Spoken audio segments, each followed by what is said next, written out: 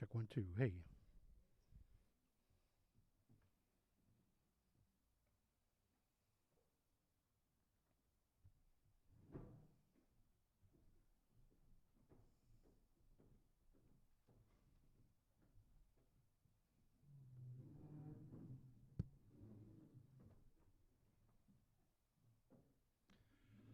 Good evening, ladies and gentlemen, and welcome.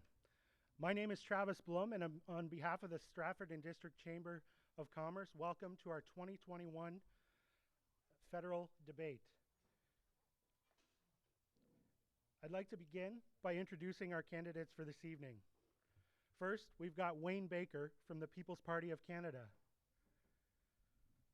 Next, we've got Brendan Knight from the Liberal Party of Canada. Next, we've got Kevin Kruskowicz from the New Democratic Party. And finally, John Nader from the Conservative Party of Canada. Welcome to our candidates, and thank you for joining us this evening.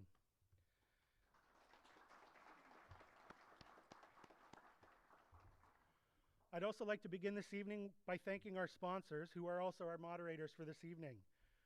First off, I'd like to thank Orr Insurance and Investments, Fahm & Co. Professional Corp., Vancia Financial Group, and the Huron-Perth Association of Realtors. The Chamber has had a presence in this community since 1860s, when we were first incorporated. It is our mission to be the prominent business organization and to be the voice of business by championing economic prosperity and an exceptional quality of life. In keeping with our history and objective to promote good government and sound legislation at all levels of government, the Chamber is proud to host this all-candidates debate for the federal election.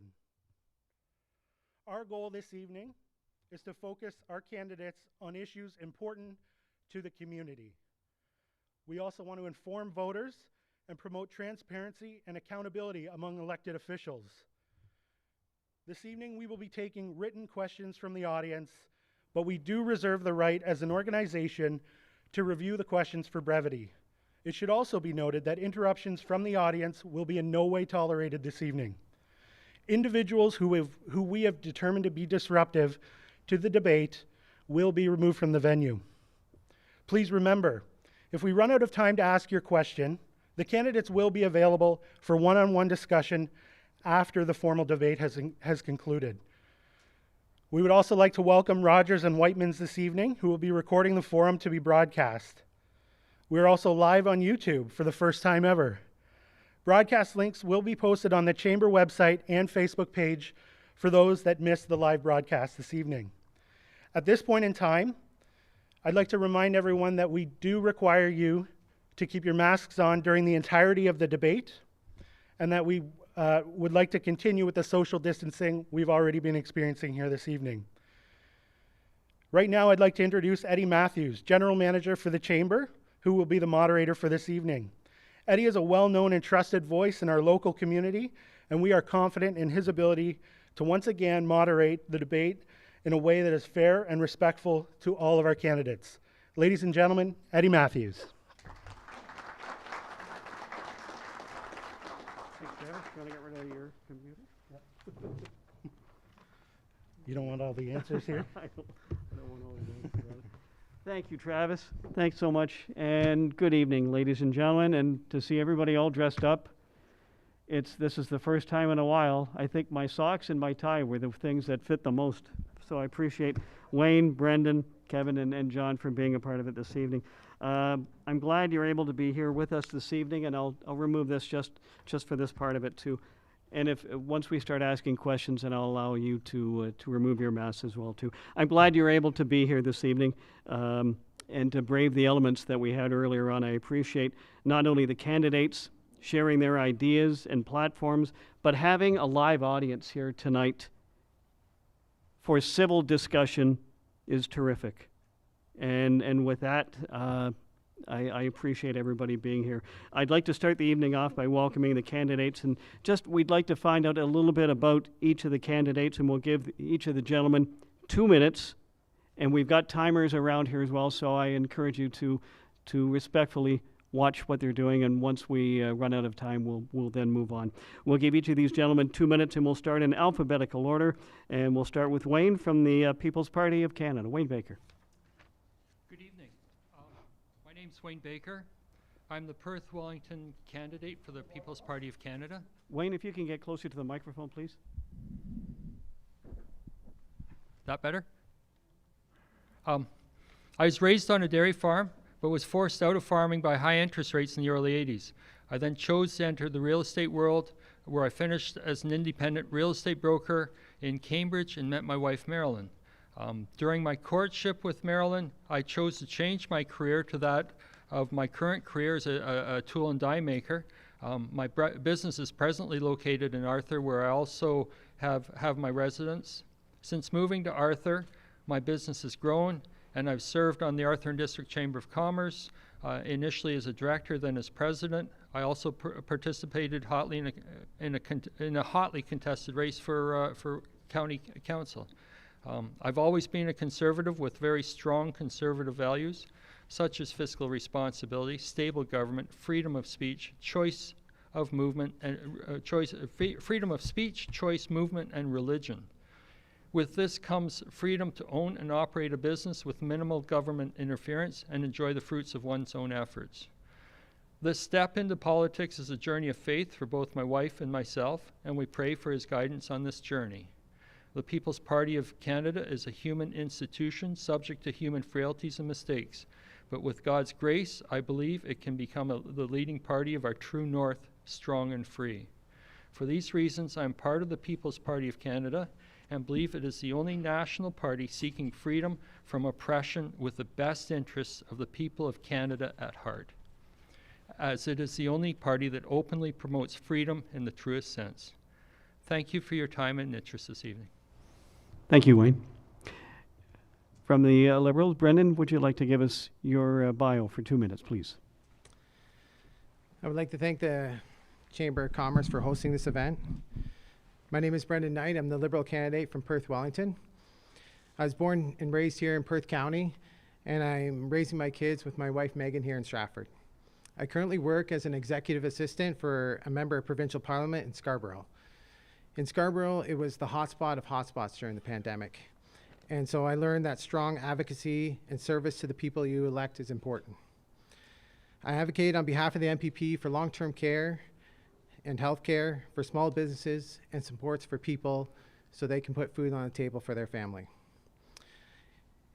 If I receive the honor of your vote, I would like to bring my experience to my riding here in Perth, Wellington.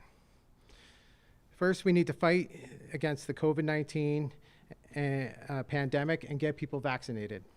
Beyond that, I believe this election is about what comes next, putting solutions in place to meet the challenges we currently face. We need affordable daycare in Perth, Wellington, so that all parents can fully participate in our post-COVID recovery. We need investments in healthcare and long-term care. We must support our small businesses, especially here in Stratford, when we know that tourism is the last sector to recover from the pandemic, and make home ownership more affordable. This is very much a climate election. It is a choice to either step up or step back. Without a healthy planet, we cannot have a healthy economy or healthy families. It's been a tough year and a half for everyone. We have vaccines to fight COVID and must do what is necessary to support businesses and move forward together through this pandemic. I would be honored to advocate on behalf of Perth Wellington as your voice in Ottawa. Thank you, and I look forward to your questions. Thank you, Brendan. Kevin, from the NDP, would you like to give us a 2-minute bio on yourself? Thank you, Eddie. Good evening. It's a pleasure to be here. My name is Kevin Kruskowicz. I'm an actor. I'm a handyman. I'm an entrepreneur. Originally, I'm from Southern Alberta, but my wife and I have lived here in Stratford for almost a decade now. Now, I'm up here tonight as your NDP candidate because, quite frankly, I'm tired, as I'm sure a lot of you are. Tired of promises not kept, tired of the work not being done, tired of seeing the very real Canadian value of helping out your neighbor treated as a quaint notion that couldn't possibly be affordable. Well, it's not a quaint notion. It's how we survive. and it's how we will thrive. Now, Jagmeet Singh has a very real plan, and it's based in pragmatic compassion. We will make life more affordable for all Canadians by investing in healthcare, affordable, sustainable housing, and pharmacare. And we will build an economy that works better for more people by providing quality, affordable childcare, making employment insurance and accessible job training work for you, and supporting small businesses like the one my wife owns down on York Street. And we have a detailed plan to combat the climate crisis that will create good jobs within a new green infrastructure. Now, I've been out, all of us have been out on the road now probably about 3 weeks. We've been talking with folks in Perth, Wellington, and I think we can all agree that one thing is clear. They want change. They really do. And I believe that change is the NDP. Thank you. Thank you, Eddie. Thanks, Kevin. And finally, from the Conservative Party, John, would you tell us a bit about yourself for 2 minutes? Yes, thank you, Eddie, and it's great to see you back behind a microphone. It seems so natural to you. You might think of a career in broadcasting. Never know about it. But it's a pleasure to be here, and a big thank you to the Chamber of Commerce, the board, and their staff for putting this on. I know they're exceptionally busy right now with the Business Excellence Awards next week, so I am so honored that they took the time to host this important part of our democratic process. It's so important that we have the opportunity to discuss ideas, discuss policies, and to make our pitch in a democratic forum. So many countries around the world do not have the same opportunities and rights that we have here in Canada to choose our governments by secret ballot in a democratic means. So this is so important that we have this forum. These past 18 months have been exceptionally hard for so many Canadians, especially right here in Perth, Wellington. This has literally been ground zero for the tourism, hospitality industry, the accommodation sector, and the impact that the pandemic has had on these sectors has been beyond words so often. So I was so proud when Aaron O'Toole released our platform on the first full day of the campaign that he addressed so many of the issues that we face here in Perth, Wellington. The small business concerns, the need for rural broadband in every single household across Perth, Wellington, and across Canada. The importance of acknowledging that we are in a housing crisis, that the cost and affordability of housing, the cost of living has gone up, addressing those issues. And support for seniors. Seniors who built this country, seniors who've worked hard all their lives and now want to live in dignity in their retirement years. And support for those who are living with disabilities, who have often felt challenges in addressing the needs of our society. And finally, rural tourism is a key component within our platform. This is an opportunity where we can not only expand but thrive here in Perth, Wellington. So again, my name is John Nader. I'm honored to be the Conservative candidate here in Perth, Wellington, and on September 20th, I ask for your support. Thank you. Thank you, gentlemen.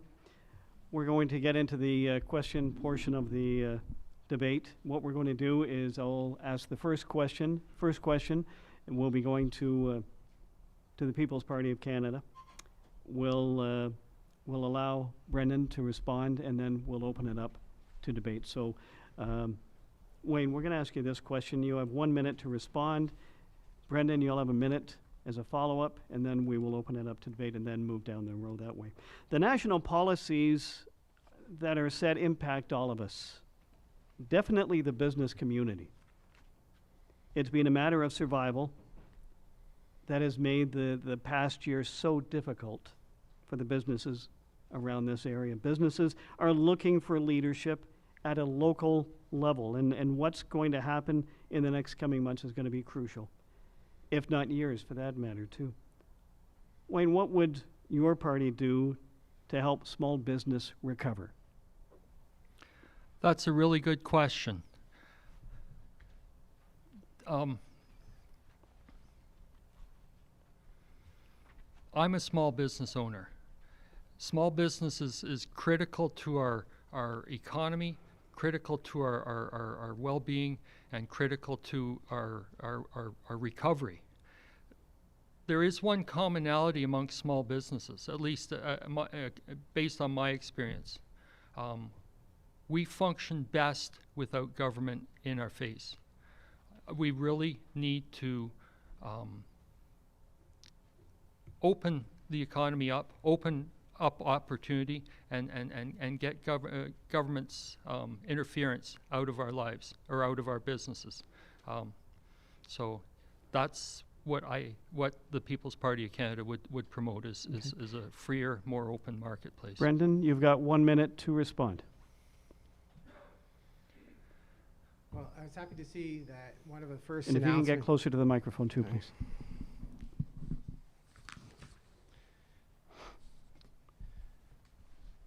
I was happy to see that one of the first announcements from a new Liberal mandate was to help the arts and culture sector, more specifically to help them bridge through the winter months and to bring in various different supports like a ticket matching program. As we all know, that tourism is going to be probably the last sector to recover out of the pandemic, and it's going to need continued advocacy as the situation changes over time. But businesses themselves are going to need help bringing back their workforce, help to mitigate the costs that they put forward in COVID. And the Liberal Party has been there throughout the pandemic to provide a suite of supports. And I think local advocacy for local area is going to be crucial in order for our area to get through and thrive post-COVID. Okay. We'll open it up for debate. John or Kevin, if you'd like to respond and get involved in the debate as well. Yeah, if I could. Yeah, please. Thanks. I'd just like to speak to the Liberal platform on ticket matching.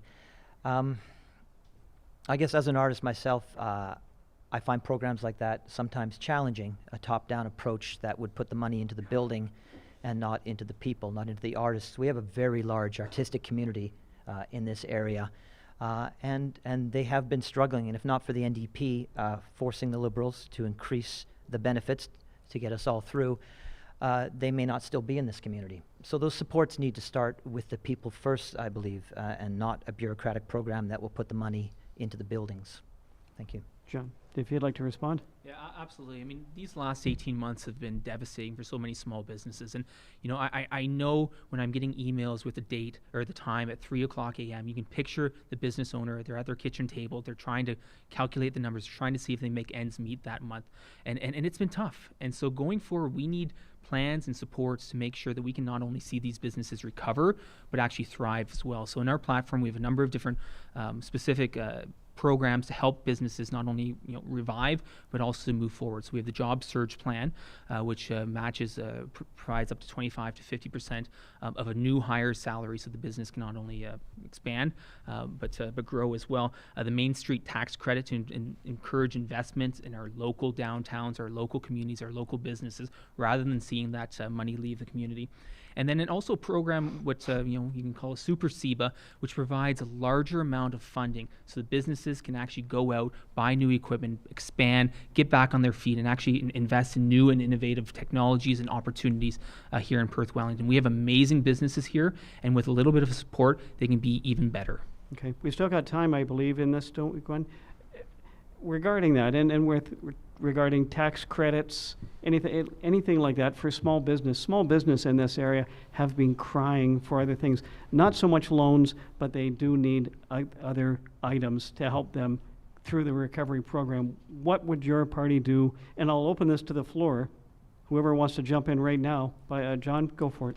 Yeah, absolutely. So part of the Super SEBA has a $50,000 non-refundable component. So that's basically a grant then, which is a huge opportunity. The other thing I want to point out too is what's missed so much in the last 18 months has been the new and new-ish businesses that have been completely left out of government support programs. I've raised this issue time and time again with government ministers on the floor of the House of Commons. Those who had the misfortune of opening literally during the first days of the pandemic have been completely left out of these support programs, and we've advocated for that. Okay. And I'm glad that the programs 15 we seconds have if anybody include that. else would like to respond. I think beyond the supports that we need to continue to give to our small businesses, we need to look at the larger issue. We have jobs here. We have a lot of jobs in this community. What we don't have is enough housing for those workers. We can't get them here if we don't have a place to put them, and the Okay. NDP has a very large and comprehensive plan to do Okay. just that. Thanks, Kevin. And please jump in whenever you feel the need. We do have a few minutes remaining. Second debate question will toss us to our Conservative candidate. We'll give it to you for 1 minute to respond. And then, Kevin, if you'd like to respond on the backside of that. Businesses, if we can continue with that theme right now, not only suffering from the lockdowns, but from coast to coast to coast, we have this problem with finding workers and finding affordable accommodations. Not just a Stratford problem. This is beyond a Perth-Wellington problem. How would your party handle this problem, John? Yeah, thanks, Eddie. And that's been a common refrain of the last 5.5 years that I've had the honor to be an MP. I talk to small businesses and medium-sized businesses that would literally hire 5 to 10 people on the spot if they walked in their door. And they just don't have the people to fill those jobs. And there's a few components to that. Housing is certainly one of them. Transportation is the other challenge. The Perth County Connect is a great option. Obviously, it's, getting off the ground during the pandemic is a challenge. There has been funding announced for rural transportation, but it hasn't flown down to local communities. In terms of housing, the big challenge we've seen is that different communities have applied for what's called the Rapid Housing Initiative, but have been blocked out. They haven't received any funding, whether it's in Stratford or Listowel who've applied. They haven't got any because the criteria is geared towards larger urban centers. We need to have a rural lens on housing, on affordability, so that communities like Stratford, like those in Perth County, can access those funding so that we can have housing that is affordable, attainable, and able to address those concerns. Thank you for that. Kevin, you've got 1 minute for your response, and then we'll open it up to the others for debate. Yeah, the NDP is the only party that is putting affordable rental units first. There's lots of talk about housing prices. Many Canadians right now can't afford a house. The NDP plans to build 500,000 units in the next 10 years, 250,000 of those in the next 5. Those are affordable, sustainable housing units, rental properties that young families can step into and save money in the good jobs they're working here, and then invest that money later into their homes. We also plan to subsidize some of those struggling families with a $5,000 rent subsidy. We're the only party that is looking to do this on a large and small scale through all of our communities across this country, focusing on getting families into homes as quickly as possible. Okay, we've got 3 minutes. If anybody would like to jump in, Brandon, I see you taking your mask off. Thank you. Yeah, Labour, especially in smaller towns, are very important, and that's why the Liberal Party extended the Canadian Recovery Hiring Program until March. Also, there's a suite of options in order to get more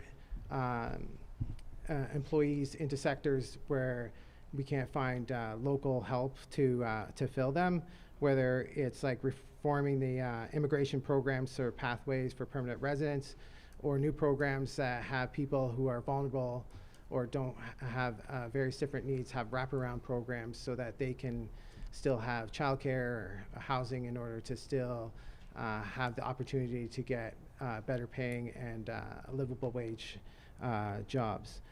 As far as housing, the Liberal Party has promised a suite of housing initiatives, including not only the national housing strategy that we started, but more money for rapid housing, affordable housing, and a commitment to build. Yeah, Wayne, by all means, if you want to jump in, I see you wanting to say something. We have a time limit here, do we not? Yeah, but go ahead, you still got time, Wayne. Yeah. Number one, the issue is not affordable housing. It's about affordable home ownership. We live in the most sparsely populated country in this, pretty well the most sparsely populated country on this planet. I find it inexcusable that we can't find appropriate and good housing and give younger families the opportunity to start with less expensive housing, maybe less classy housing, but we really need to focus on getting the gatekeepers out of the way. Most of the gatekeepers are in a provincial and municipal level. As far as the federal is concerned, we need to encourage that kind of mentality. We have a lot of marginal land. I'm not for developing farmland. We need our farmland for. Yeah, Brendan, I know you wanted to jump in as well. Yeah, I agree. There needs to be more opportunities for young people to get into housing, and that's why we're putting forward like a tax-free savings account for people under 40 to save up to $40,000 for a new home. But saving when the price of housing is going way beyond a family's ability to save, then that's really a useless option to have. And a building. if there's no supply, then Brendan, then there's no point in saving. We need to increase the amount of homes we have for people. Having them put money away for it, how does that work if there isn't a supply? If there isn't homes for them to rent or to buy? Yeah, and that's why there's a commitment to 1.4 new buildings and renovated buildings, money for multi-generational homes. And Brendan, then I'm going to cut address you the off home there. We're going to buyers come back to factor. that when we've got more time for open debate on this sort of thing, too. Our third question, we'll give it to our NDP candidate here this evening, and then Brendan, we'll let you respond for 1 minute afterwards. Kevin, since we're talking about housing, housing supply issues have a significant impact on long-term housing affordability. What can the federal government do to help with supply of housing? And if elected, would your government be willing to work with provincial, with territorial, municipal governments to address affordability? Thanks, Eddie. Yeah, absolutely. I mean, that's a pillar of our platform. The NDP is about having conversations and partnerships. Our biggest pillar is affordable, sustainable housing. As I said, 500,000 affordable units in the next 10 years. The government is going to waive the federal HST on the construction of new affordable units to encourage those builds. We want to increase for new home buyers to a 30-year mortgage. We want to reintroduce a 30-year term, which will make your payments more affordable. Double the home buyer's tax credit to $10,000.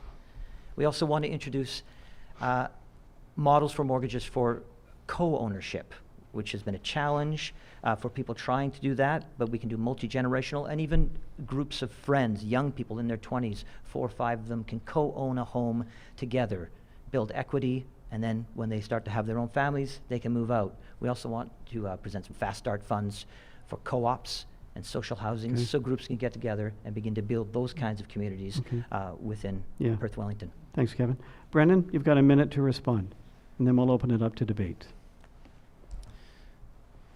Yeah, it's a challenging topic, and that's why I think one policy is not going to be the silver bullet.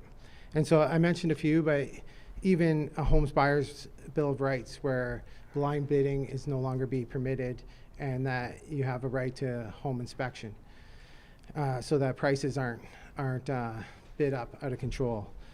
You know, the rent to own program to bring forward, so that as people are paying for their place to live, they can build up equity. But there's also a growing homelessness problem that needs also to be addressed as well, not just through the affordable home program, but a real focus on the contributing factors to people in homelessness, and that's why we put forward an advocate to address those issues specifically. Okay, thank you, Brandon. I know John wanted to respond, and then if Wayne, you want to jump in as well, but the floor is open. We'll open this up for a 3-minute debate. Thanks, Eddie. And I do want to agree with something that Mr. Kruskovich said about supply issues. That is one of the major concerns. There's simply not enough housing being built or being renovated to address the needs of Canadians. And so that's a major issue. So we need incentives to have purpose-built homes and rental units as well. Mr. Kevin's, I'm going to call you Kevin. I hope you don't mind. That's fine, John. Kevin's absolutely right. You need the rental units as well. So we do have parts of our platform, including with capital gains, to incentivize purpose-built rental units, especially in rural communities like ours, where you need those rental units for some of the jobs. We also need to fix a stress test for mortgages, and we need to look at where we can use federal land that's already existing for housing that is affordable and affordable housing, both sides of things, because Canadians need a place to live and they need a place to grow. Wayne? Yeah, something that we're not addressing. I went through this when I was younger and earning less income. I was fortunate enough to find an older lady that had a home that was more than she could handle. She was a widow, and there were 3 gentlemen lived in her house, and I was one of whom. And she boarded us, And it was really, it was a win-win for the older lady, and it was a win-win for the boarders. We need to bring that back to our culture, that kind of mentality where there's a lot of older people rattling around in their own home by themselves or couples. I know I spent Saturday with a gentleman that opened his home up to boarders, and it works well. Okay, So Kevin, I know you wanted to respond. Yeah, I just wanted to speak to something John had said about federal lands. The Conservatives have said 15% of Crown land will be used, but it'll be presented to private developers. I think we've seen this before. I don't know where the checks and balances are to encourage affordability. We've seen promises of affordability, but we're giving away Crown land to private developers. If we're doing the Crown land idea, why not develop the lots and then make the lots available to young families and let them build themselves, let them learn the value of their own home and build their equity with that. Okay, John, we've got about 15 seconds left. Very quickly, at the end of the day, I don't think very many people want to see the government in the real estate business. That is not the business that the government ought to be in. We have experts in the real estate industry who can do that. We have we can put in strict regulatory approaches and work it that way. But no one wants to see the government as a developer, and I see the yellow card. Yeah. So we want to give the land away to private developers then? We'll That's be the- given that's the that approach? market value within the marketplace. Right, with any sort of checks and balances on affordability? Absolutely. No, yeah. Okay. Fourth question that we've got before we get to questions from the floor. And my friends, please, we've got runners around here. They're going to be taking your questions. We'll also be getting stuff from our YouTube followers as well, anybody that's watching it online.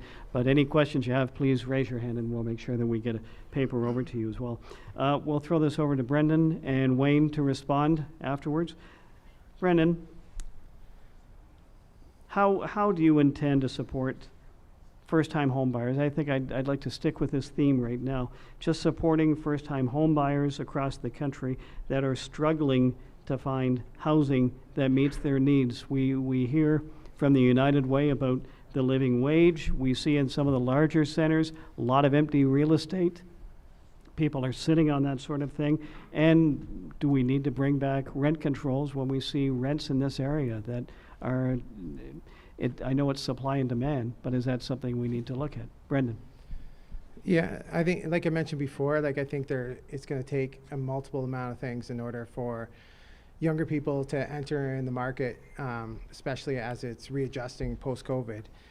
But so, you know, depending like on what an individual or couple situation is, like the rent-to-own program can provide an opportunity for them to put equity into their home while they are renting, the tax-free savings account, but also working with the federal government, working directly with municipalities to build more affordable housing, more available housing, and renovation of existing areas will increase the opportunity for young people to enter into the market. Okay, Wayne, give you a minute to respond. The real estate market has traditionally, up until the gatekeepers got in the way, has traditionally gone through a cycle where the market accelerates, it peaks, it falls, it accelerates, it peaks, it falls, and it keeps everything in range with people's incomes and people's ability to buy and sell houses. It keeps the market fairly robust and evenly distributed amongst the first-time home buyers and the secondary and tertiary buyers. But what's happened in the last 30 years is we've got these gatekeepers that have come in and they've stopped development or slowed development down to the point where the demand is far exceeding the supply. And we need to get these gatekeepers out of the way. Unfortunately, it's not a federal issue. It's a provincial and municipal issue. Okay. John, I know you wanted to respond, and we'll open the floor up. 3 minutes, gentlemen. John? Yeah, thank you, Eddie. And there certainly is a federal component to this. There's a huge federal component to this. First of all, there needs to be a full-scale investigation, especially in the larger urban centers, the Vancouvers, the Torontos, the Montreals of the world, where money laundering has driven up the real estate market. There's also the challenge of speculative purchasing by foreign non-residents in Canada who purchase properties for the speculation value of it. And so those properties are off the market, but they're driving up the price and they're reducing the supply. And we're seeing that here. I know there's some realtors in the room who've seen the outflow from larger urban centers driving up some of the prices here. So that's a huge component that the federal government has a role to play. Also on the mortgage side of things, fixing the stress test so that a young homeowner isn't locked into a single lender when they go to renew the mortgage because of the stress test. That was something that was having an impact now.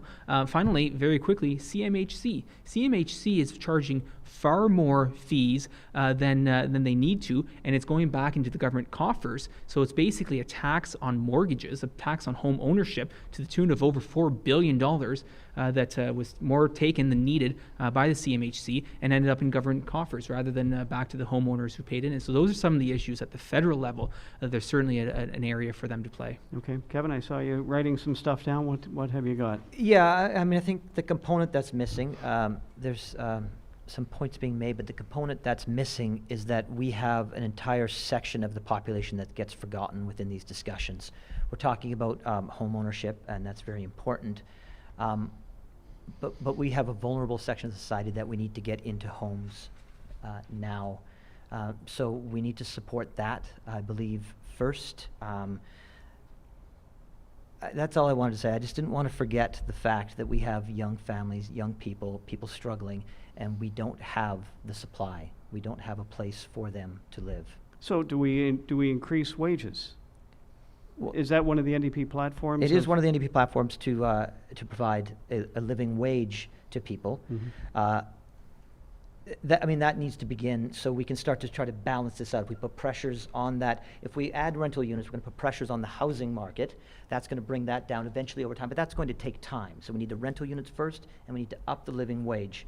And we need to reduce the cost of living. Pharmacare. Mm-hmm. Pharmacare will reduce a family's cost of living $550 on average, $550.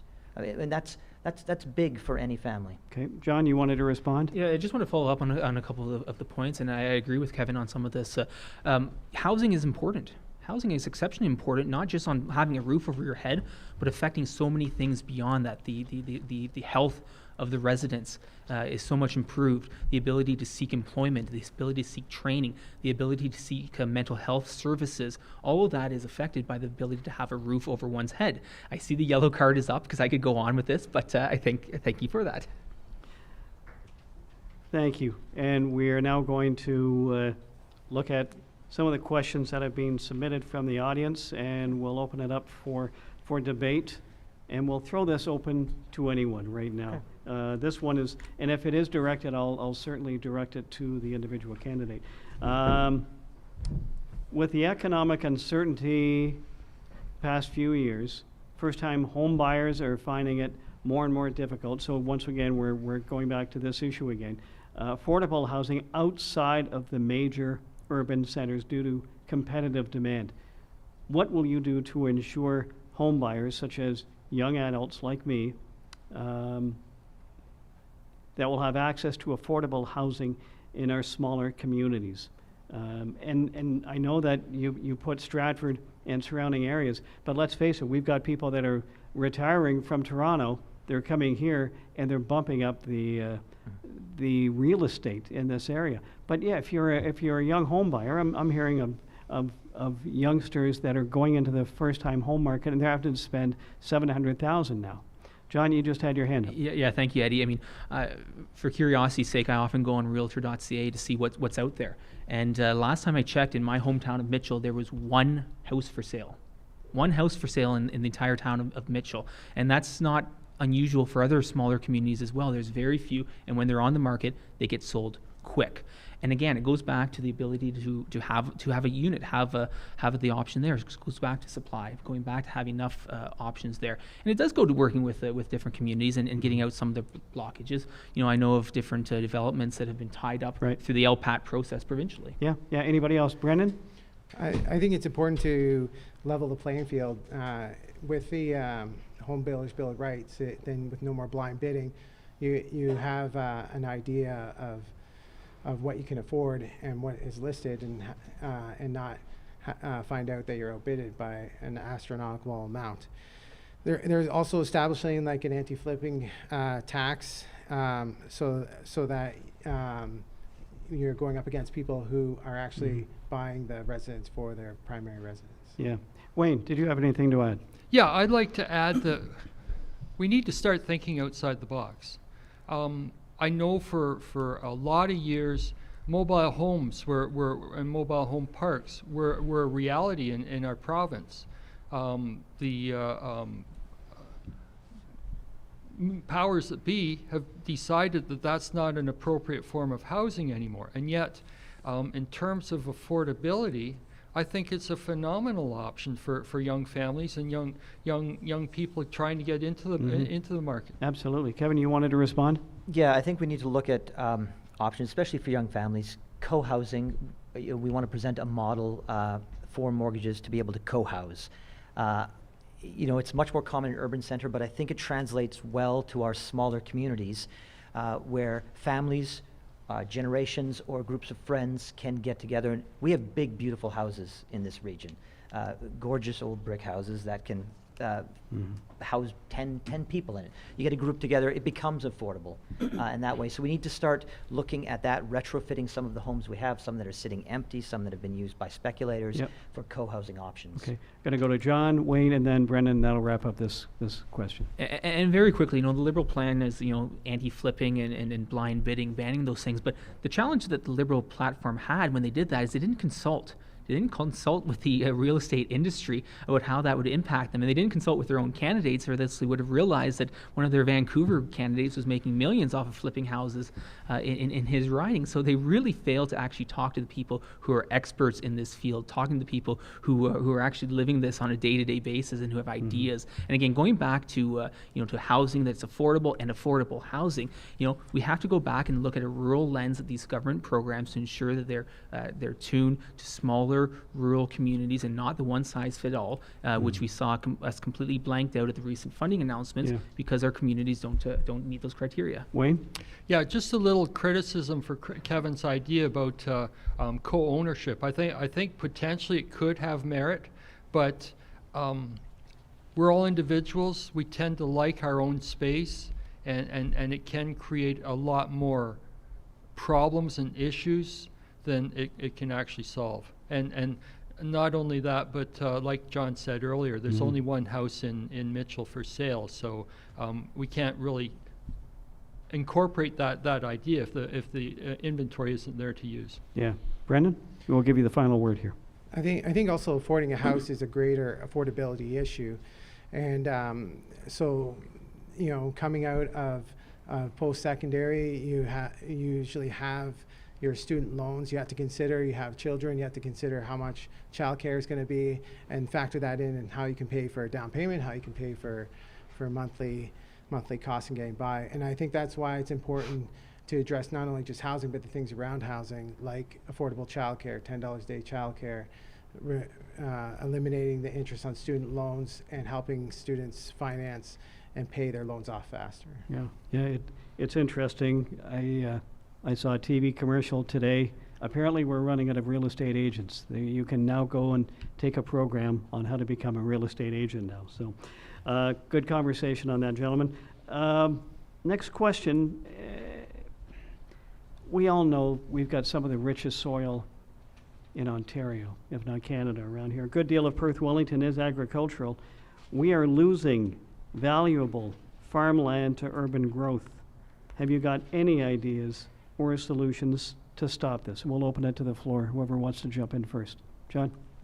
Yeah, absolutely. When we're looking at farmland, we're not making any more of it. What we've got is all we've got. And so when we see different projects being proposed on farmland, I've raised concerns about that from the past. I've publicly raised concerns about that in the past, and I think anyone who was following that debate last fall would know my point of view on that. The second thing is densification. Seniors housing is another issue there. You need that densification within communities. So the infilling of lots and the ability to avoid taking more of that farmland out of production, because, like I said, you're not making any more of it. Mm-hmm. Anybody else want to jump in, Brandon? Yeah, I think the farmland issue is a problem, and I think everyone has been following like the MZO issues, and I know it's mostly a provincial problem, and that's why we need a strong advocate at the federal level as well, right? Like the preserving of lands is in parks and building more national parks, urban parks is a strong component of a Liberal plan.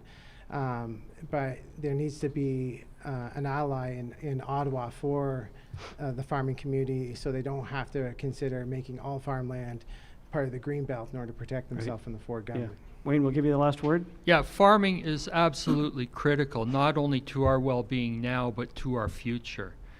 We absolutely have to protect our farmland. That's non-negotiable. Canada is a huge country. It's sparsely populated. I'm sure that there are innovative people and innovative ideas that can develop residential potentials up on the Shield, up where farmland is not viable, where we have and now that's not helping Perth Wellington per se, but we do have a housing issue and we do need to address it, and we do have the land available. We just need to figure out how to make it work. Thank you for that.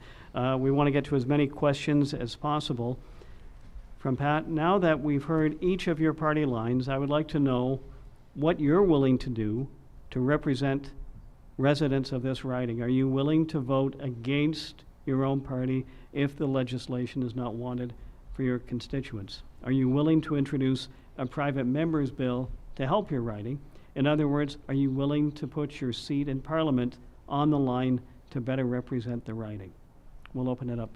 Kevin, we'll give you the first word. Yeah, thank you. Yeah, we're a grassroots party. We're a party that's about conversations and partnerships. So we are encouraged to represent our constituents in a very real and honest way. We won't need to toe the party line. What we'll need to do is protect the people in our constituency, and that's my commitment to Pat and to everyone out there. Okay. John? I would say look at my voting record. There have been times where I've voted with the majority in my party, and there's times I've voted against my own party. In fact, there's once I voted on an NDP bill and was one of only a handful of Conservatives who voted in favor of it. And I never once felt the pressure of my own party or of my party whip for voting that way. The fact of the matter is at the end of the day, if it's a good policy for Perth Wellington, it's a good policy for Perth Wellington, and that's my first and last loyalty is the people in this room and the people across Perth Wellington that I'm honored to serve. Okay, Brandon? Yeah, I think it's important for the elected member to vote for the best interests of their community, and also to put forward private members' bills that help their community and not for partisan reasons. And that also includes amendments in committees to bills and putting forward petitions. Any form of legislative tool should be used to best put forward the issues of the community. Okay. And I pledge Wayne? to do that. Yes, I like that question. There's certain aspects, according to my understanding of Parliament, there are certain aspects where we might have to be whipped into place, especially when it comes to budgetary issues or issues that could affect government itself. But when it comes to more open issues, I would definitely stand in favor of issues that affect Perth Wellington, especially if they affect Perth Wellington favorably. I would stand up for the riding as a whole, yes. Okay, you better, Kevin? Yeah. Okay. I want to get to other questions here, and you knew this one was going to come up. Vaccine passports, do we need it? Anybody want to start open with this one? Yeah, I'd love to jump in. I think we're seeing a lack of leadership at the federal level, stepping back, putting hands in the air and saying, well, it's up to the provinces, and then we see the provinces doing the same, and then it's passed on down to the businesses, and then eventually on a Sunday afternoon it's going to be passed on down to a 17-year-old who's working the counter in your local coffee shop. It's unfair and it's unkind. We need a federal passport so we don't have 13 apps on our phones if we're traveling cross-country. We need one app, one vaccine passport so we can travel internationally, domestically, and we need to mandate it, and that's the NDP's position on that. Brendan? Yeah, the federal government has put forward a federal passport, and they'd be willing to work with the provinces, but Jason Kenney and Alberta wouldn't share the data, and Doug Ford came out against it. So in order to get something for the provinces as quickly as possible, they put forward money and support so that each province can put forward a certificate or passport as quickly as possible. Combined with that, they put mandatory vaccinations for all federally regulated industries. And so I think they have been clear on the need in order to protect people and have some sort of tool for people and businesses, including put forward initiative to protect businesses from litigation. And I know businesses are having trouble with mask mandates, and I'm sure having problems with requiring people to abide by the vaccine passport as well. They're afraid of litigation. Okay. So. Wayne? Yeah, how many people want to wear these masks? Okay. Let's accept the fact here. The genie's out of the box, or out of the bottle. The Pandora's out of the box. Well, there is no putting this virus back in the bottle. It's in our environment. It's a fact of life. As far as the COVID passport's concerned, we have real scary implications if we go through with that. It's reminiscent of the Chinese Communist Party social credit system. Either you conform or you don't. And if you conform, you get the goodies. You get to travel. You get to do what you want to do. If you don't conform, then you're restricted to not being able to go restaurants. No, this has got to stop. It's got to stop now. This is just insane. We need to accept the fact that the genie's out of the bottle, and it's time to move on with our lives. Hey, John, you wanted to respond? Brandon, we'll come to you after John had his hand up first. Yeah, thanks, Eddie. I just want to say something very, very quickly, is that anyone out there who is concerned about the vaccine, anyone who has questions or is hesitant about it, I just want to say, please talk to your family doctor. Talk to a healthcare professional. Talk to someone who's knowledgeable on the subject, who can give you personalized advice on it. I'm very proud to have got my vaccine. I got it as soon as I was eligible. I was online hitting refresh on the HPPH website, and I got it right away. With rights, there come responsibilities. And so in a society, we need to take care of each other. We need to look out for each other. And, these they can be a nuisance. But if this saves the life of a person in a long-term care home, if this saves the lives of a child who might be immunocompromised, it's a small price to pay to save that child's life and to protect them from getting sick. So, there's a lot of things that have happened over the last year and a half that have been of a pain, and I do have concerns about the impact that it would have on small businesses, like the 17-year-old who will have to check, and we need to work on that. We need to find ways. But at the end of the day, wearing a mask, it's not the end of the world. I'd love to see the day where we can get beyond that. I hope that's coming. But we need to get to the point where we can move together as a society, and looking out for one another is something that's Canadian value. Brandon, then Wayne. Yeah, what we don't need is another shutdown. What we don't need is schools being closed. What we need is this current fourth wave of the unvaccinated people to get vaccinated so that our children are safe, so that we can carry on and get past this pandemic. And it's a choice if you do or don't want to get the vaccine, but with that choice comes responsibilities. And so if you choose not to get the vaccine, then you can't go in on a plane and affect the rest of the people. Like we have stayed home. We've gone through lockdowns. The majority of us have done our part. And if you choose not to take the vaccine, fine. But that means there's consequences to come with that choice. Okay. Wayne, you That- wanted to add? That's not even an appropriate response. Number one, everyone that's been exposed to COVID, we have our immune system has adapted to COVID. We're virtually there are modifications. It's like the flu. It will morph and But it will where's change. your source coming for when you're saying What's that? Where is your source coming from when you're saying There's our a, bodies are adapting? there's a to it? University of Guelph professor by the name of Bonnie Millard, and I have spoken, and she's an immunologist. Okay, I have listened to her. She is she's at the top of her bailiwick. There are things that we should implement before we go into the vaccine. First off, anyone that's been exposed to the virus, their immune system is far superior to any vaccine that we have. Second thing is we should have there are tests available to determine if we've been exposed. Mhm. Oh, sorry. That's okay. That's okay. Another question here. To the Liberal candidate, why are we having this election in the middle of a health emergency? Brendan. Yeah, I know I get this question at the door as well. And, you know, the federal government has acquired enough vaccination for everyone. And we need to finish the fight on COVID and start planning for the post-COVID, the next year of what are we going to invest in, what are the priorities that have been exposed because of COVID.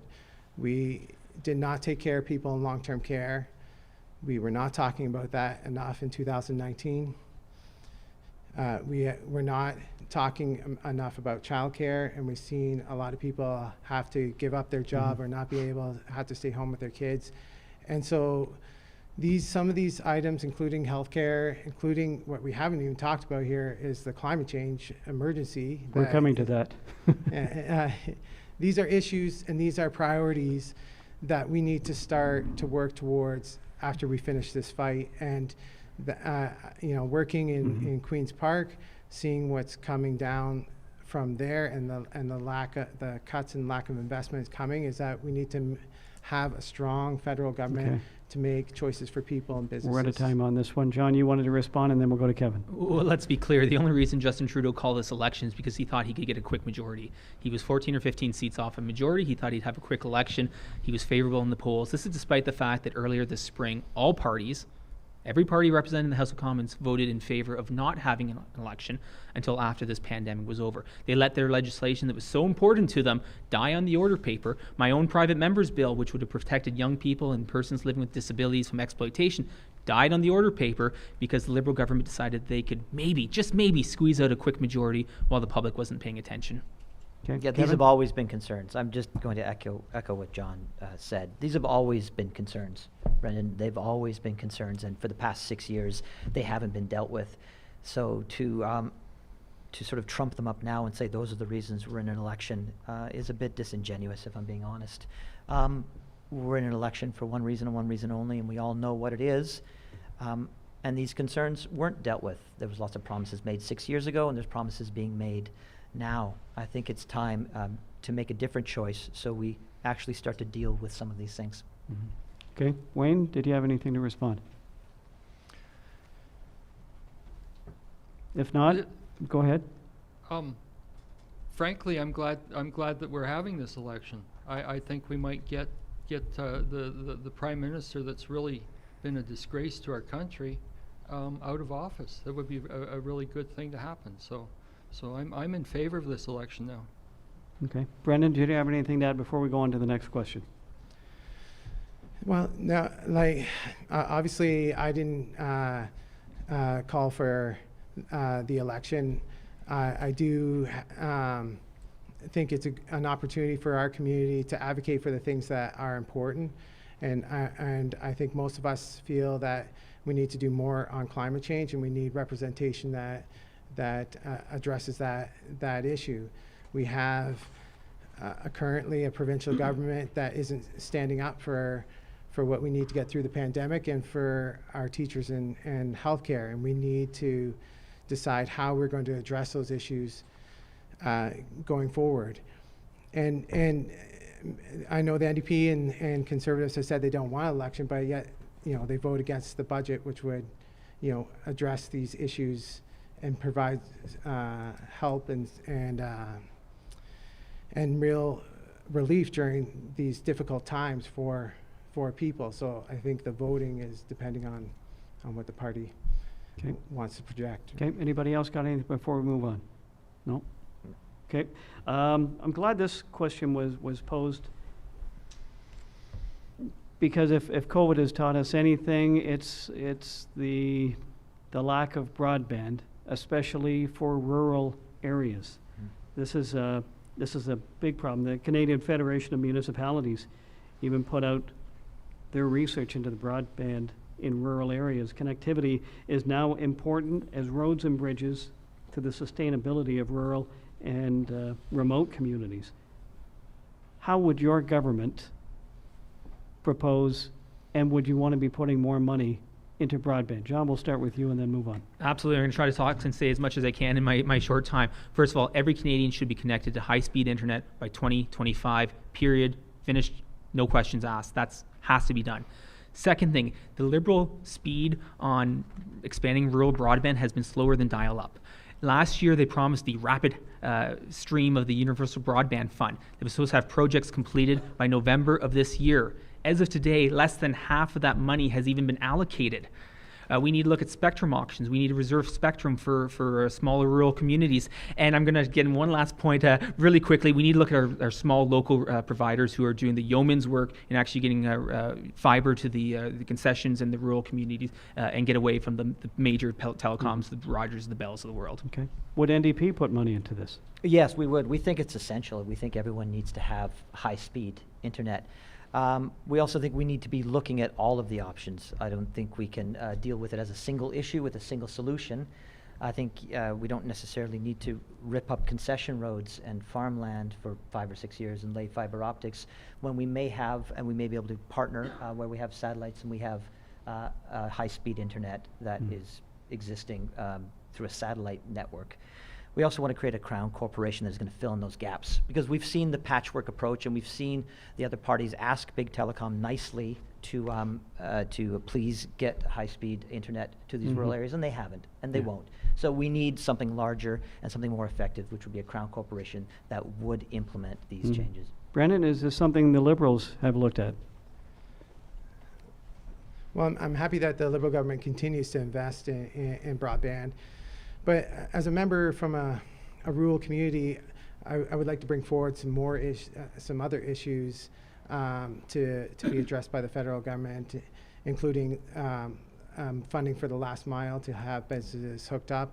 But one issue that I think gets missed by all parties is just the affordability of the service itself. There's people that have access now to broadband or to high speed, but can't afford to pay for it. And so I would like to, as a member of Perth Wellington, bring that issue forward in the next government mandate.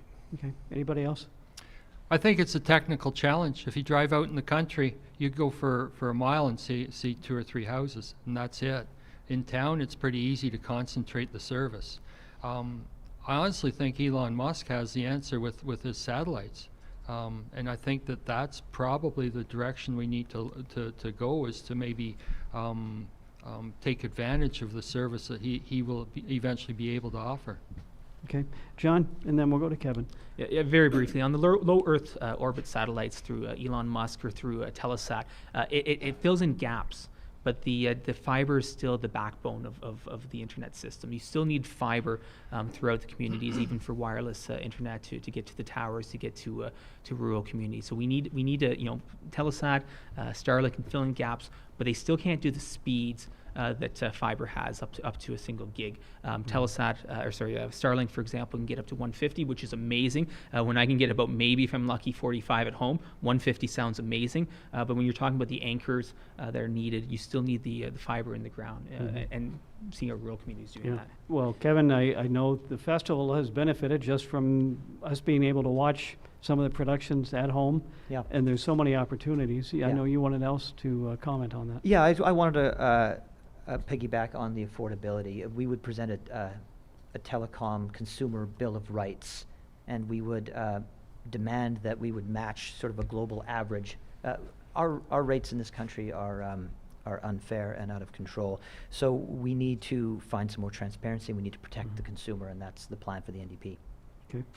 Next question, as we move along here, could you please ask each party if they're going to solve how they would solve climate change, as without a healthy earth, we won't need homes. How would you handle the climate change problem that we're seeing? And even today, when we've got these outbursts of thunderstorms, and we've had 5 or 6 hurricanes in the south that have been moving up this direction as well. How do we handle climate change? Who wants to jump in first? Yeah, Kevin? I'd love to. Yeah, I mean, obviously there isn't one single solution. There needs to be a comprehensive and holistic approach. Our approach is to create a new green infrastructure so we can create jobs and support people as we bridge to a net zero economy. Now, we have aggressive targets. I won't have time to get into all those aggressive targets, but it's about building an entire infrastructure that everything we do, retrofitting buildings, new training, water management, carbon capture, all of that is a part of one infrastructure that will create jobs, boost the economy, and lower our emissions so we can protect our planet. Okay, John?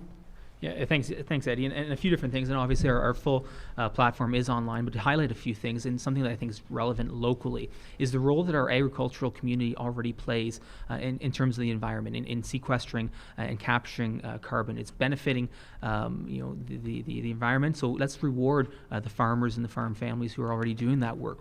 Looking at the broader scale, across the country, major industrial emitters. That's where a major focus has to be. And in one of our parts of our platform is to crack down on those major industrial emissions. Also putting infrastructure funding into water wastewater projects and working internationally to make sure that whatever we do is in concert with our international colleagues. Okay, thank you. Brendan, you wanted to jump in. I saw you writing some stuff down. Yeah. I think Canada needs to continue to be a leader, especially going into G20 and COP26 later on this year. And that's what really the biggest issue of this election is if we have an option to continue on with a price on carbon, to bring forward new initiatives like eliminating coal and exporting coal, to net zero vehicles, and the list goes on and on. But if we go a different path, we go back a decade in targets, and then we have to start all over again. Okay. Wayne, what's Maxime Bernier's approach on this? Well, I live in Canada. The climate changes about every 3 months. So as far as climate change is concerned, if we were absolutely critically concerned about it, we'd go out and stop buying trinkets from China because they're one of the worst polluters in the world. First off. Second off, we would, as far as I'm concerned, the carbon tax is nothing more than a cruelty tax with our current technology. We need to start coming up with, like, the biggest problem with our resources is we have no means outside of fossil fuels to store energy in a practical way.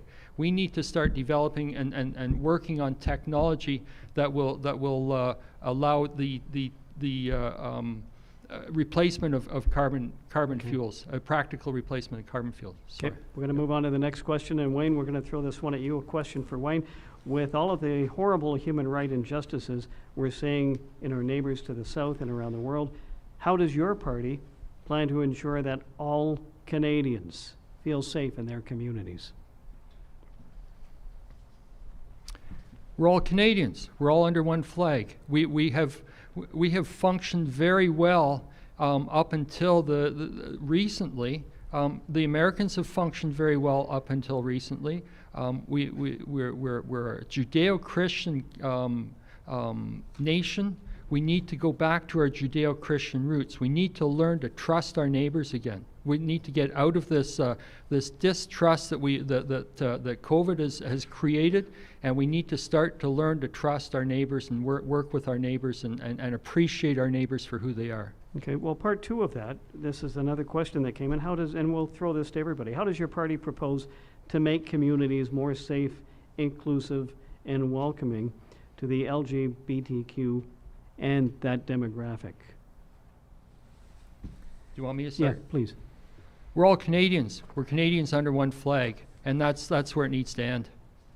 We're strictly Canadians under one flag. Okay. And Anybody else? Kevin? Yeah, I mean, we need to do more than talk. There needs to be a ban on conversion therapy.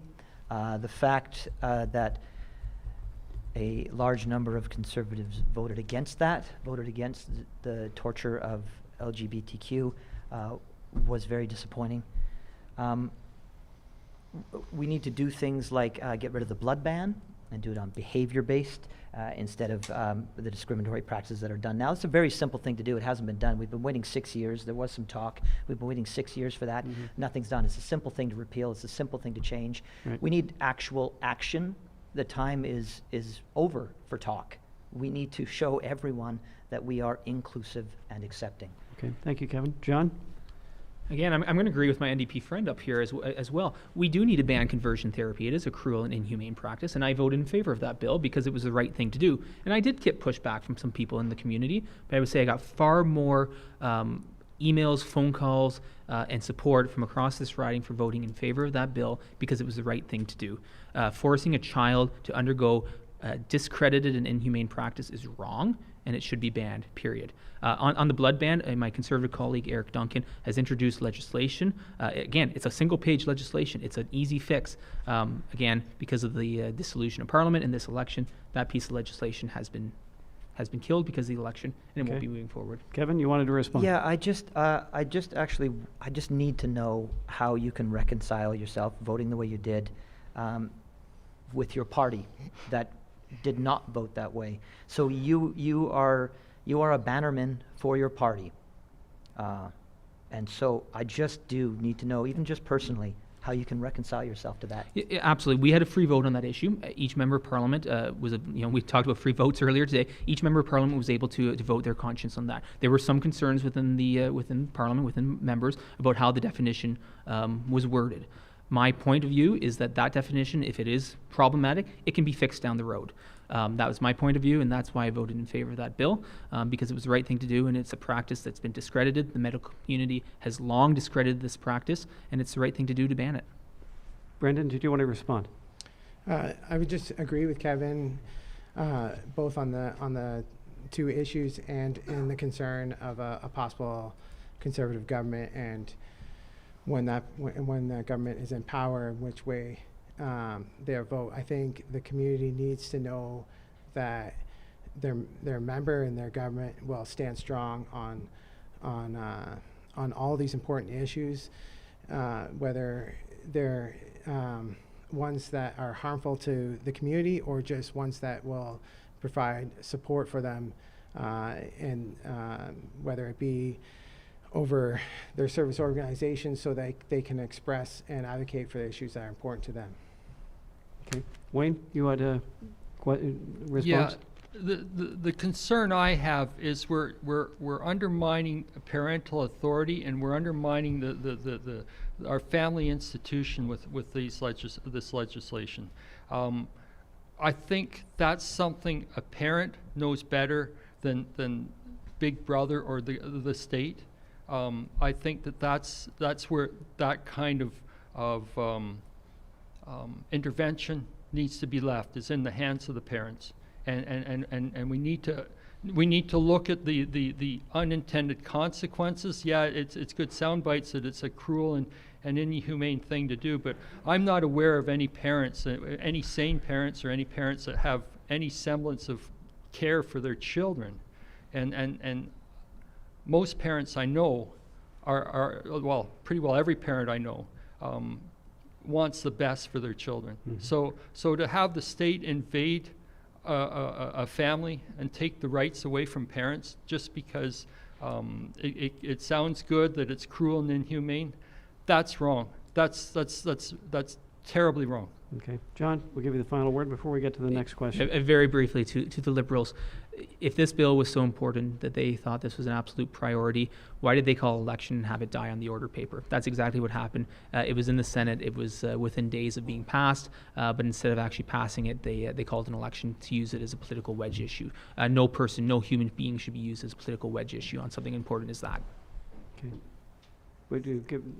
Yeah, well, okay? I think if it was so important to the Conservative government, they wouldn't have stalled it in the Senate, had advocated, fundraised off it. Like they wouldn't have put so much effort to make sure that it wouldn't pass before the Senate rose for the summer.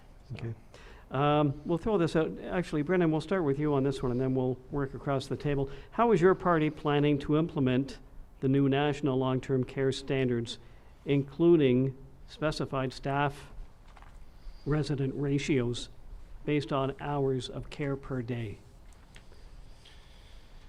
So, like, as I mentioned before, like I work for a provincial member, and this was an extremely difficult topic or issue throughout the pandemic.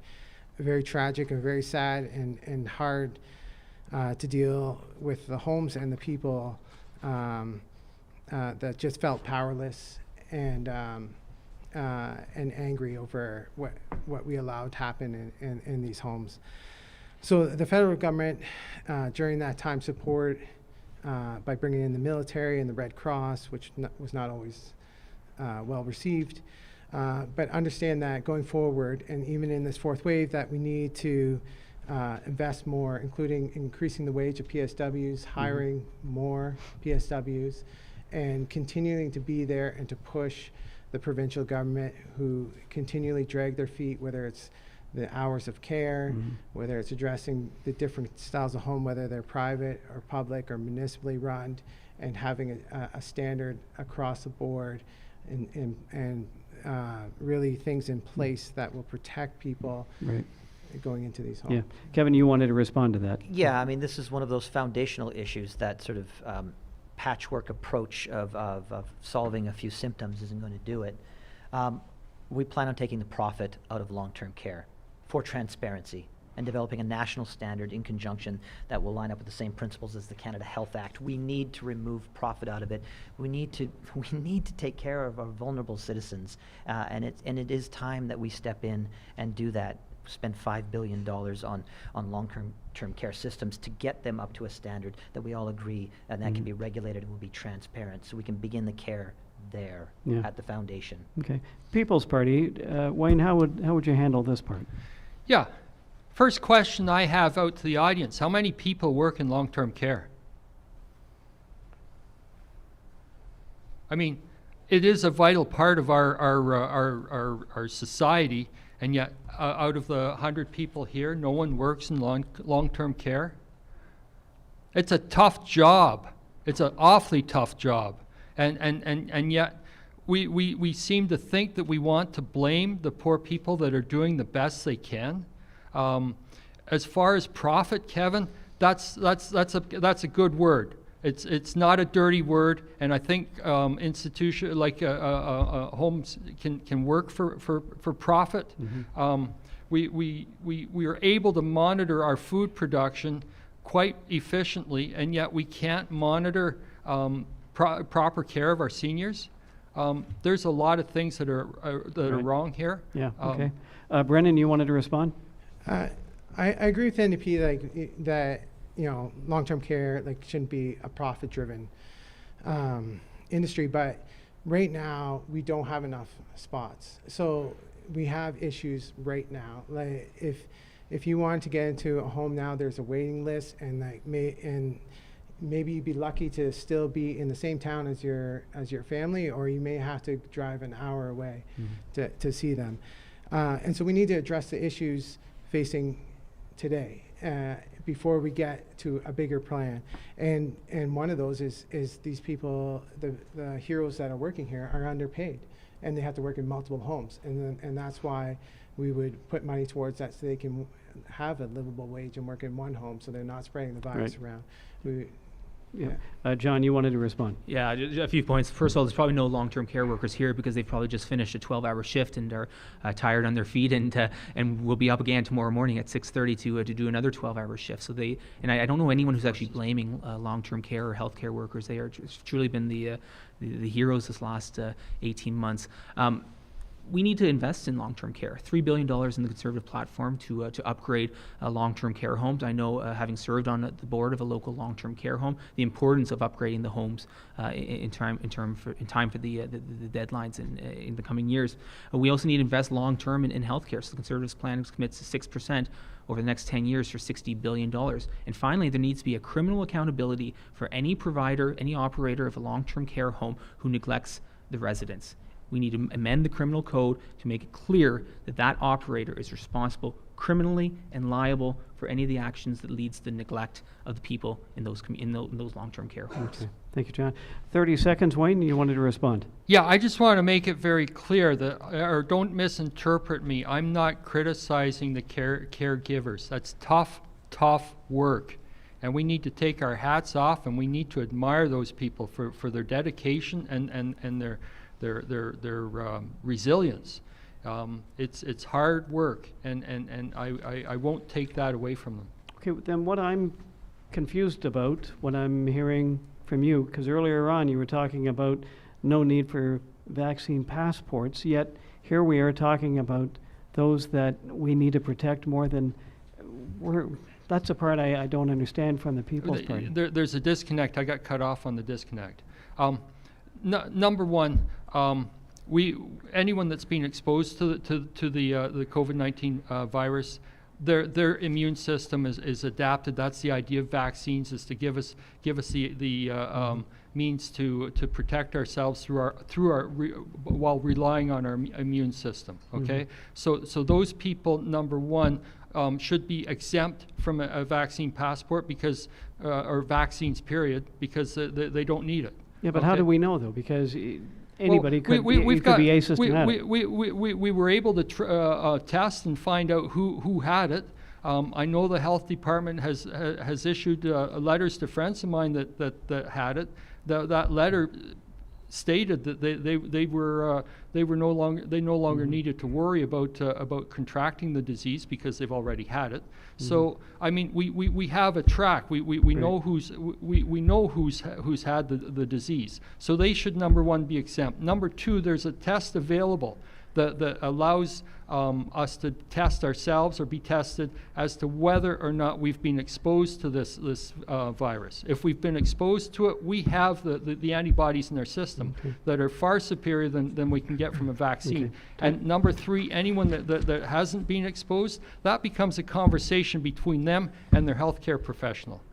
Kevin? I think I just like to speak that I didn't really want to get personal, but I think some of this talk is a bit dangerous.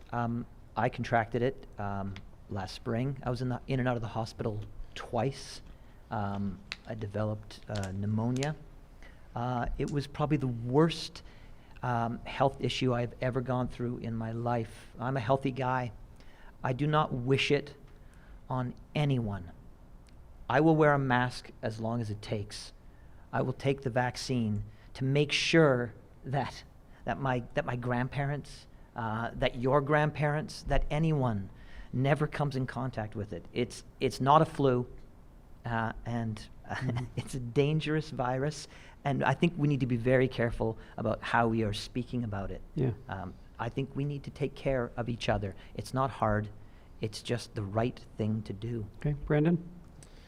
Yeah, I agree with Kevin. I don't think that line of thinking is any comfort to anyone who has a loved one in a home right now and sees the numbers rising and the projections of what they can be in the coming months. I don't think it's any comfort to anyone who took their kids to school today and also watching on the news and what's happening south of the border and think that everything is just going to be okay if we don't put any measures in place. Like, we have the vaccine, we have various different tools to help keep people safe, and we need to use them and not trivialize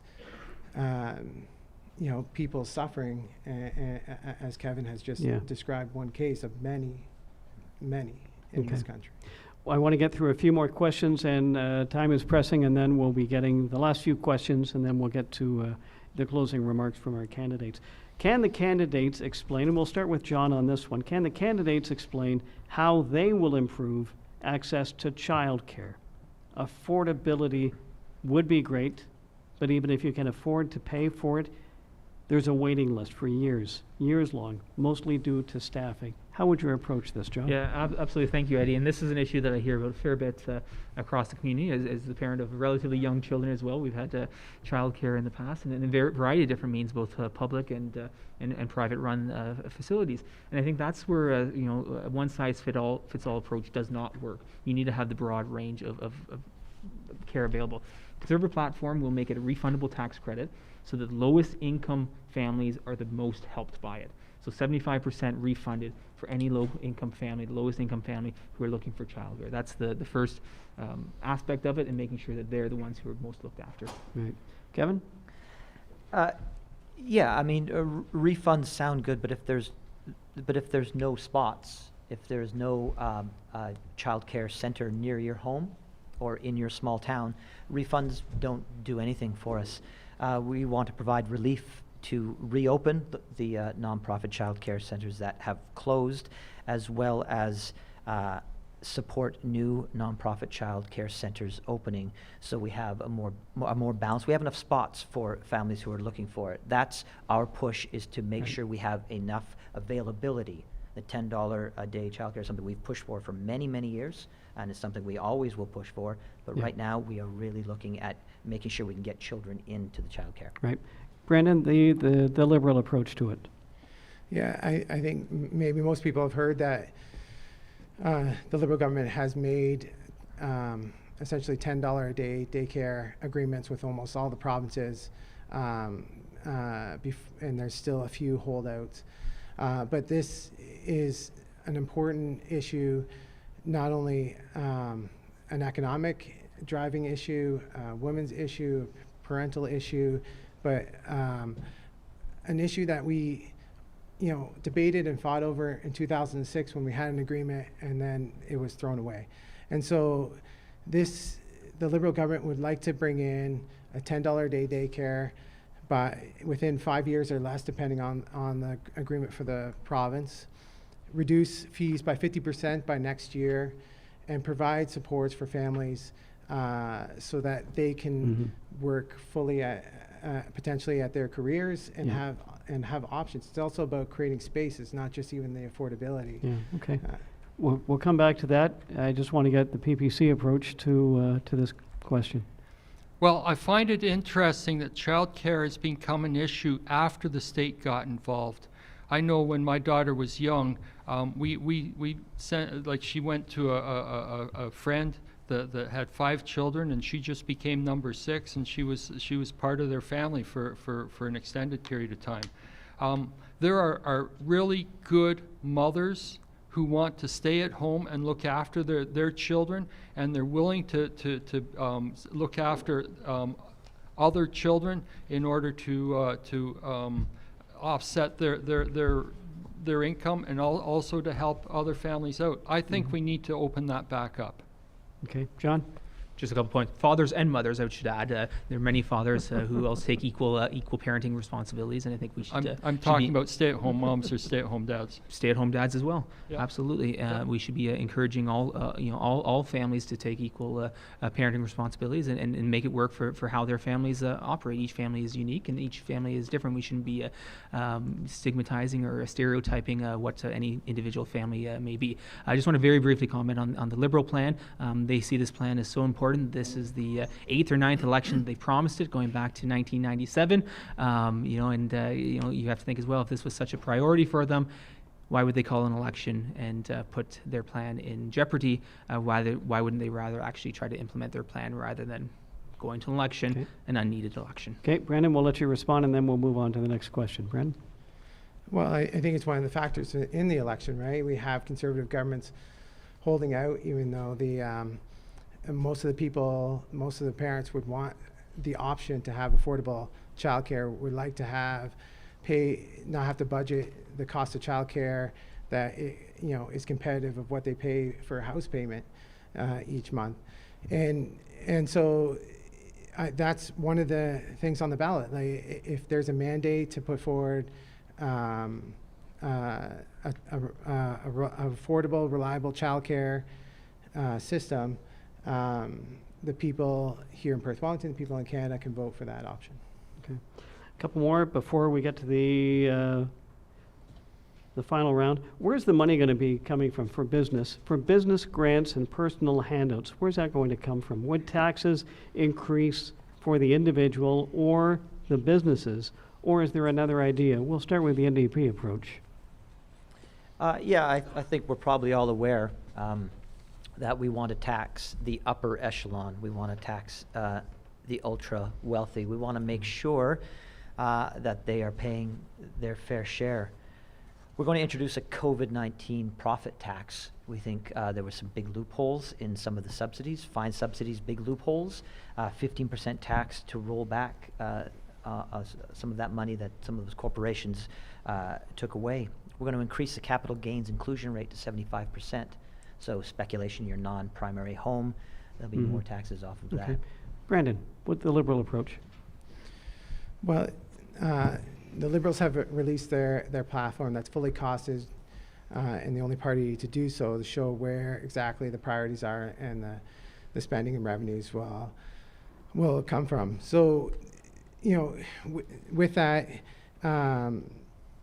continue to support businesses, and like I said, continue advocating for certain sectors that need to recover from the pandemic, whether it's a bridging of wage subsidies, whether it's investments in order to give a break on rent and wages. But the federal government took a difficult situation and worked, I think, faster than most people thought in order to get vaccines and to open up the economy, which I think is the best boom. We'll come back to that. Wayne, I'm going to get to you. We're going to go to John first about this. Yeah, absolutely, Eddie. I mean, what we've seen in the last couple of years are record astronomical deficits, and I think that's to be expected. Frankly, we can argue about if they were too high or not. But that's that's beyond the point. Even before the COVID-19 pandemic hit, there was already massive deficits beyond what was ever promised by the Liberal government. So the fiscal management was a mess beforehand. What our platform promises is to invest in stimulating the economy, in businesses that will get people back to work, get the economy functioning again, so we can balance the budget over the long term. So we can do that without having to raise taxes on hardworking families and get people back to work rather than going further into debt. Yeah, okay. And Wayne, how would you handle this approach with business? Okay, the question is, where's the money coming from? Well, if we're true to the other parties, our great-grandchildren. But we're going in debt at the rate, this is a rate that's faster than the government's pulling money in. We're going in debt at the rate of approximately $40 billion an hour. That's unsustainable and inexcusable. I really believe that government needs to get out of the way of small business. I've self-financed 2 businesses in my life. It's not that hard to do, and I've scratch-built these 2 businesses from nothing. So I know what's involved. I know what it is to build a business, and get government out of the way, and let people do what they're good at, and they won't need to worry about getting money from the government. Okay, Kevin, you had something you wanted to add? Yeah, there's just a concern when Justin Trudeau mentioned that the economy would take care of itself. He was lambasted by the Conservatives, but what I'm hearing is that what you're saying is the economy is going to take care of itself. The Toronto Star costed your platform at $100 billion, and you're saying there's going to be no tax cuts. It's just you're going to stimulate the economy, and the economy will then just take care of itself. John? Yes, and so our platform is fully costed, fully analyzed. The Parliamentary Budget Officer is currently reviewing it as well for their perspective. Unfortunately, the rules of Parliament have meant that only certain parties have so far had their plans fully costed. But what we're looking at is a long-term investment in things that actually build the economy, things that actually get people to work, get people back into the economy, back into the workforce. That's where you're going to see the economy revive itself. You're going to see people who are working, contributing to the economy, paying taxes, and we can do that over the long term, responsibly, over the next decade. Okay, Brandon? Yeah, this plan put forward has 3% growth, factored in, which we haven't seen in like 30 years. And I think we've seen this before. We had these small tax breaks, these boutique tax credits, and then reduction of spending over years. And we're seeing that again provincially, where the last budget came out has the lowest amount of spending in it they've seen in the parliamentary budget often seen in 30 years. And so what that means is cuts. What that means is more labor disputes. What that means is not help for people. And so a plan that both helps people and everyone join the economic activity of this great country is what's going to pull us out of this. And that's why the Liberal government beat the growth projections from their budget to their projected for their platform, and because it's about investing in people like childcare so that everyone can be part of the solution. Okay. John, one last question. I know 3% growth might be a surprise for the Liberals after they saw the economy contract in the last quarter, but we're optimistic about the economy, and we're going to be pushing for growth. And we've seen it before, and we've done it before. The late Jim Flaherty, when we went in the economic turmoil of 2008, 2009, with record budget deficit, he made a commitment to balance the budget within 5 years. And he did that a year ahead of schedule. So we have the blueprint, we have the map forward. Okay. Last question before we do our closing remarks. We'll start with Wayne on this one. How will you bring people into this area? We need workers everywhere, and the current plan is to increase jobs. From what the Conservatives say, we don't need jobs. This is what the question says. We need people to work the current jobs. That's a really good question. I have customers that are just screaming for people to come and help. I know that a big problem is the CERB that we've supported over the last year and a half. It's easier to sit at home and collect the $2,000 a month paycheck than it is to actually go and show up at work and actually try and be productive. We need to encourage productivity. We need to encourage people to be more productive, and we need to encourage people to actually go out and get jobs. Okay, Kevin? Yeah, what we actually need is we need housing and we need a living wage. We need to tell Canadian workers that we respect them. We need to tell Canadian workers that they deserve to have things they want, like their groceries and their mortgage payments and time with family and friends. So if we have homes in this area for them, and if we are paying them a living wage, which 2 years ago was costed at $17.55 in Perth, Wellington, I'm sure it has gone up since then.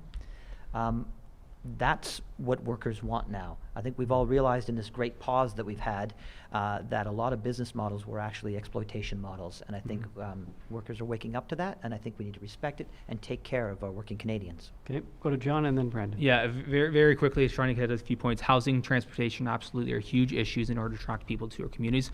We also have to look at how we welcome new Canadians to our community as well. Looking at local businesses who've tried to use different programs through the immigration system, they simply haven't been working. I was particularly disappointed a couple years ago when the Liberal government denied funding to the County of Perth for a local immigration partnership to be able to bring those services to Perth County, be able to work together with the municipalities to bring in new Canadians and to expand our community, to fill some of the labor shortages and work at all levels of government to make this happen. Okay. Brandon? I agree that affordability is an issue, whether it become housing, transportation, or childcare.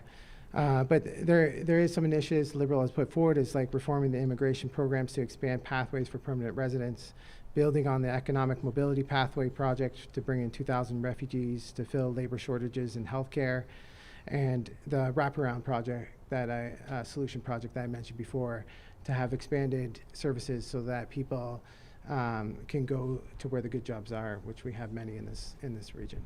Okay. Anybody else want to respond before we do closing comments? Okay. No one? Then why don't we'll start at the far end. Wayne, we'll give you 2 minutes if you would like to do just your closing comments, what you would like to tell people that may not have been addressed so far. 2 minutes. My grandparents fought and died in a war. They sacrificed, they stepped out and they were willing to sacrifice their lives, their freedom and their well-being. And they left a legacy that, for me, their kids sort of suffered the aftermath of the war, but the legacy that was left for me was absolutely amazing. And what we need to think about in the aftermath of this COVID is we need to think about what kind of legacy are we leaving for our grandchildren, our children and our grandchildren. Because right now, I'm ashamed to think that we are leaving a terrible, terrible legacy, a legacy of over $1 trillion in debt to our children and our grandchildren. We're leaving a legacy of unsustainably high housing costs. We're leaving a legacy of fear and of intimidation. We need to stand up, and we need to be bold. We need to assert our courage, and we need to move on with our lives. We need to leave a legacy for our grandkids we can be proud of. And right now, I'm not very proud of the legacy we're leaving. Thank you. Thank you, Wayne. Thank you. The Liberals, closing comment. Brendan, you've got 2 minutes.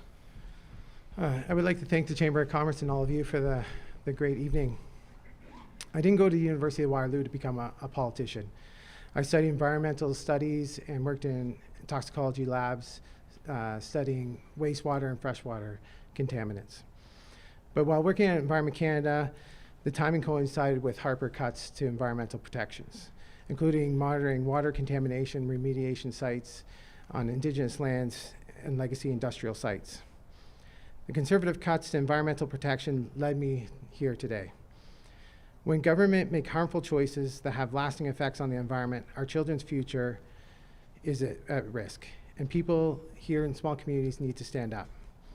I believe that the government and members of Parliament job is to serve the constituents and advocate for their issues. I believe this election in Perth Wellington is about choosing a representative that best reflects their interests.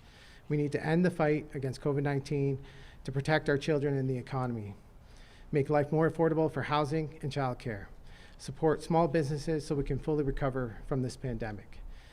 The majority of people in Canada and Perth Wellington want action on climate change, and they want action now. I agree with them. We need to maintain the progress that the Liberals have made and go farther and faster. In the past, our representatives have voted against climate change again and again, and that needs to change.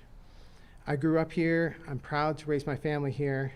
I would be honored to serve as your advocate for the community and in the riding. On September 20th, I ask for your support. Vote for change in Perth Wellington. Thank you. Thanks, Brendan. From the New Democrats, Kevin, you've got 2 minutes. Thank you. I'd like to thank my colleagues, you, Eddie, and the Chamber of Commerce for this evening. We all know this quote: the definition of insanity is doing the same thing over and over and expecting a different result.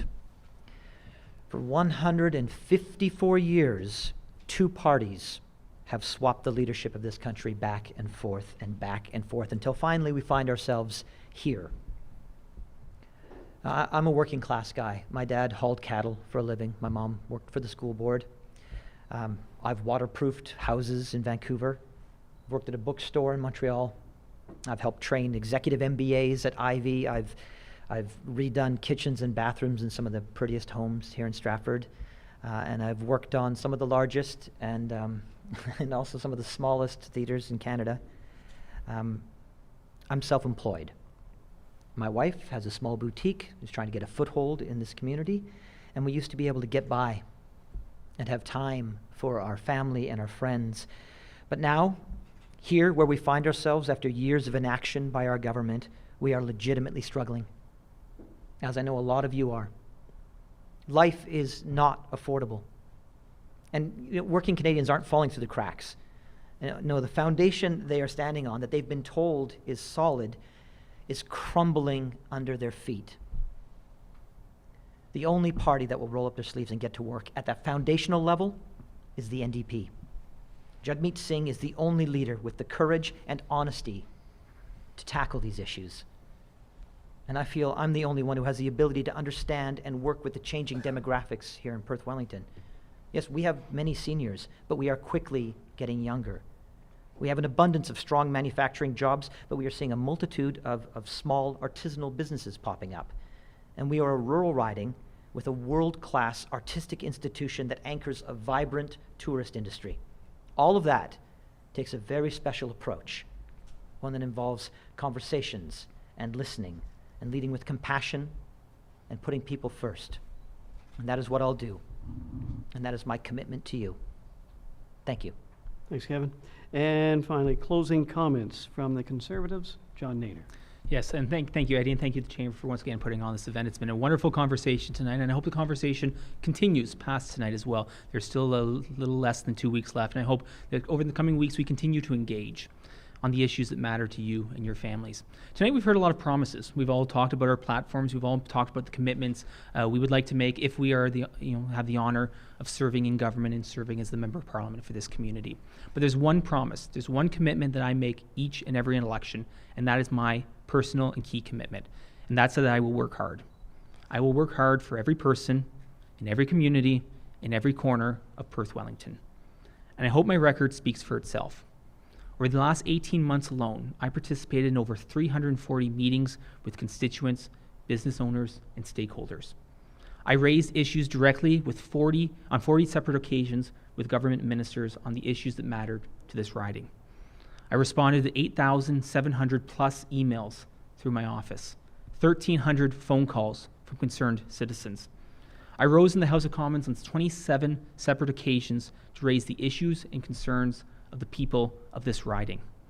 At the end of the day, my focus is on the people of Perth Wellington, the local businesses, the families, and the communities that make this such a wonderful place to call home. I may not change the world as your Member of Parliament, but I do hope that in some small way I can help to contribute to improve the lives of the people who call this community home.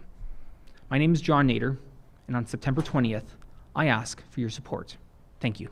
Thank you, John. Thank you to all of our candidates. I appreciate it, and to all of you in the audience, it's nice to be able to see faces again at a live event. And for those watching at home, I encourage you to stick around. Candidates will be able to speak with you afterwards.